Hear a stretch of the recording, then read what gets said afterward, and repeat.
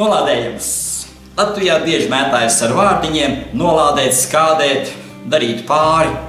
Ļauna acs, tev būs slikti. Nu tad man tapa tāds dzejolis izdzīves, nolādējums.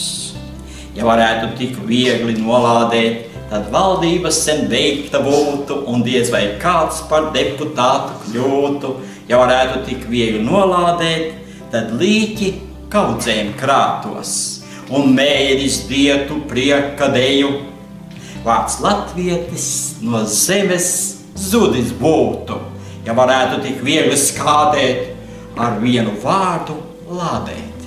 Latvijā pārāk bieži mētājas par šiem vārdiņiem, tā kā piedomājiet, mani mīļie, ko jūs runājat, kā jūs runājat. Un ja jau tik viegli varētu nolādēt, visi deputāti jau sen būtu beigti. Un neviens arī neiet viņiem piemaksāt milzīgi liels naudas, lai viņš kļūtu par deputātu, jo tad viņa nauda sakal tik viņu piederīgajiem. Tā kā ar to ir ļoti jāuzmanās, jo visi vārdi, kurus mēs izrunājam, visi nāk atpakaļ. Mēs saņemam to, ko runājam, kā runājam, tā kā liekat visu aiz auss, ar labām sajūtām, vienmēr ar prieku, un tad jau visi lāsti izput kā putekļi gaisā. Nav jābaidās, ir jādzīvo. Izdariet otram kaut ko labu, jums tiešām labi veiksies. Eņģelīši visu redz un dzird. Lai labi veicās!